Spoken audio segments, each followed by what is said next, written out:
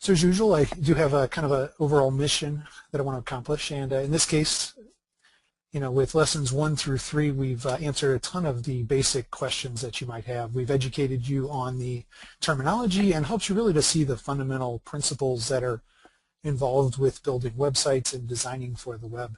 And with this final lesson to wrap up the series, I want to guide you right into what I would think of as kind of the thick of things. How do we actually start to design, and ultimately kind of what should we be designing for? How can we move forward from here? And ultimately, what are some of the best practices that we can adopt for working with a development team?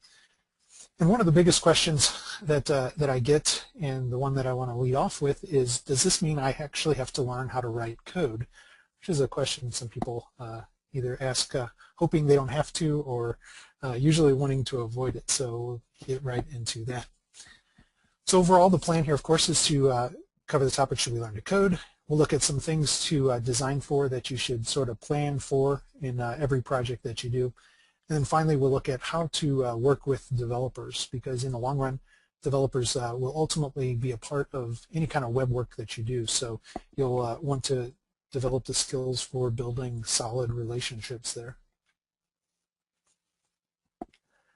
As usual, just give you a quick intro to me in case you're joining us for the first time. My name is Patrick McNeil. You can find me there on my website or via Twitter. I did start my career in the IT field, and so I have kind of long roots in technology.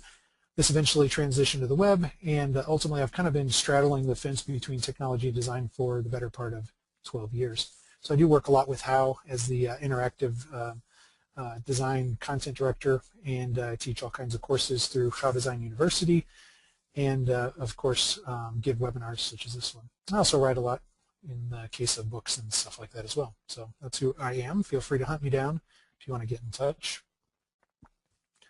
So the big question, should I learn to code? This is, of course, one of the more frequent questions I get at this point sort of in the process. And the answer is sort of, it's not as easy as you might expect, although I do have my own opinion. It might say yes or no, but it all depends really on what you ultimately want for your career.